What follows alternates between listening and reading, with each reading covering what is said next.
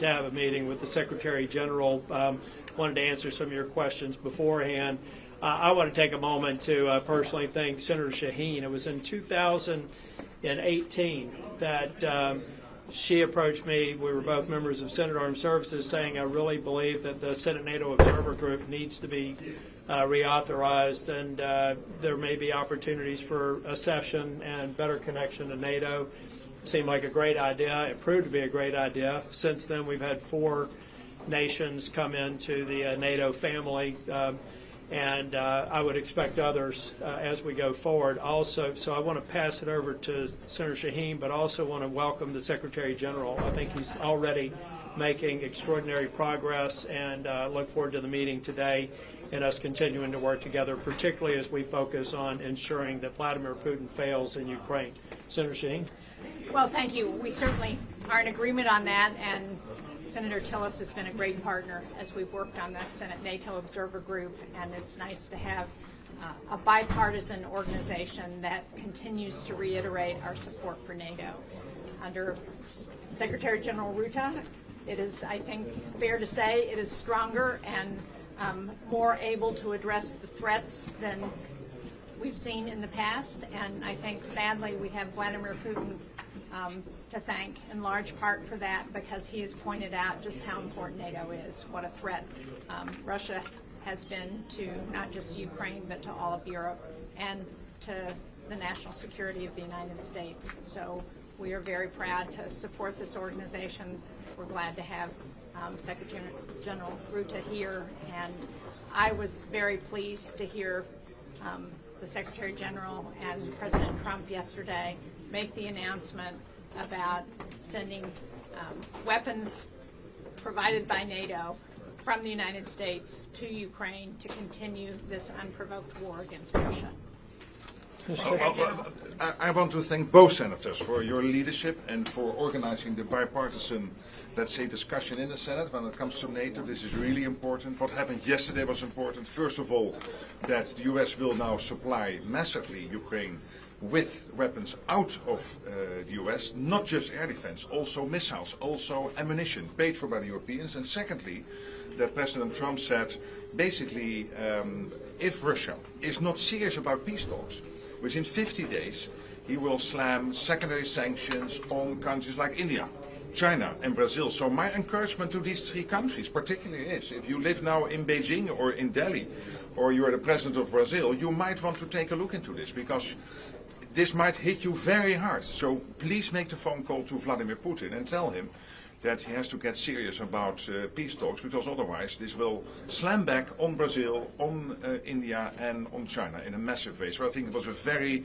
smartly, wisely designed announcement yesterday by President Trump, but also the weapons I think is very important, and we will find the money in Europe to make sure that Ukraine has what it needs to be in the best possible position during these peace talks as soon as they start. Questions? Secretary General, the President has said several times, including with yourself yesterday in the Oval Office, that the war in Ukraine is a Biden war, that it's a Democrat war.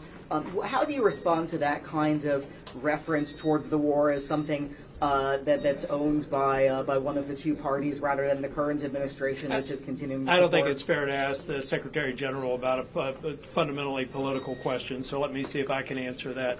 This is a war that started when Vladimir Putin lied by saying he was doing a military exercise around the borders, then lied again by saying that it was a special military operation. He is a liar and a murderer, and this is not a partisan war. This is a war against a totalitarian who has designs on other nations if he succeeds in Ukraine, not to mention, or should we mention, Moldova, the Balkans, and disrupting the peace that is actually that's growing in that area. This is not a political war. This is not a partisan war. This is a murderous decision by Vladimir Putin, and he needs to fail. And could I maybe, in addition, say that President Trump providing the javelins in 2019 have been crucial when the war started. The full-scale attack started in February 2022.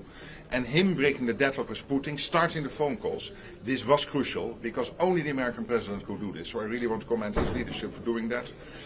And clearly after the sixth phone call, he came to the conclusion the decisions yesterday were necessary to take the next step. And I appreciate the president's action too. Next question. Mr. Secretary General, can you put some meat on the bones as far as the announcement yesterday? I think we know the Patriots are involved. What other missiles and weapon systems are involved? How would it function? What countries are involved? Well, first of all, this is an ongoing process. So this is not just one package. So what NATO is good at is, together with the Ukrainians, through our command in Wiesbaden, to design packages which are maximum useful for Ukraine when it comes to air defense, when it comes to ammunition, when it comes to missiles. So this is what we will now be working on with the US. Of course, in a way that the US still has enough stockpiles for you to be able to defend yourselves, but also to massively make sure that Ukraine has what it needs. And this is also sending a strong signal to Moscow and to Vladimir Putin that he has got to take these peace talks seriously and get out this historian talking about history since 1250 and send a serious team to Istanbul. Next question. Right here. When will the first Patriot batteries arrive in Ukraine, and where are they coming from? Yesterday we have seen Boris Pistorius here, the German defense minister, discussing this with Pete Hegseth. So they are working through all these details. Many Patriot systems have been delivered into Ukraine.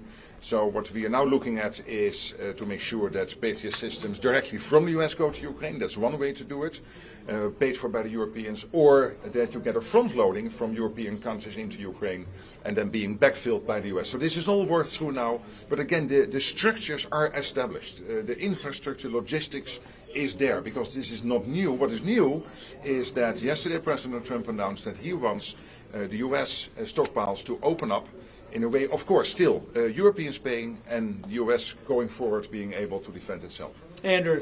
Mr. Secretary General, what is your message to senators today about the bipartisan Russia sanctions bill? Is it still necessary after the president's announcement yesterday? Well, of course, the sanctions bill is politics here. I won't interfere. However, what the president did yesterday, I think, is in line with that sanctions bill, saying, listen, if you are the president of China or the prime minister of India or the president of Brazil, and you are still trading with the Russians and getting the oil and the gas in, and you sometimes even resell it for a higher price, know that if this guy in Moscow doesn't get serious about peace talks, I will slam secondary sanctions on you of 100%.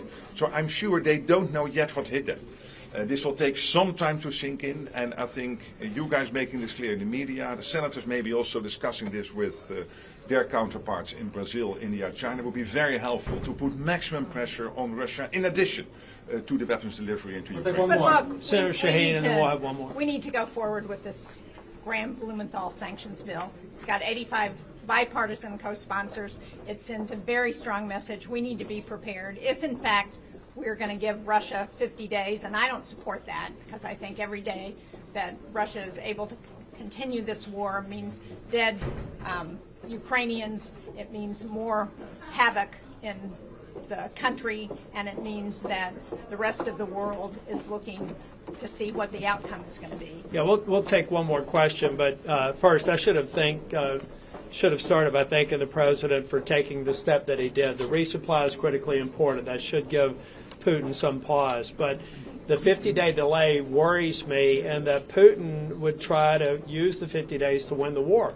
or to be better positioned to negotiate a peace agreement after having murdered and potentially collected more ground as a basis for negotiation.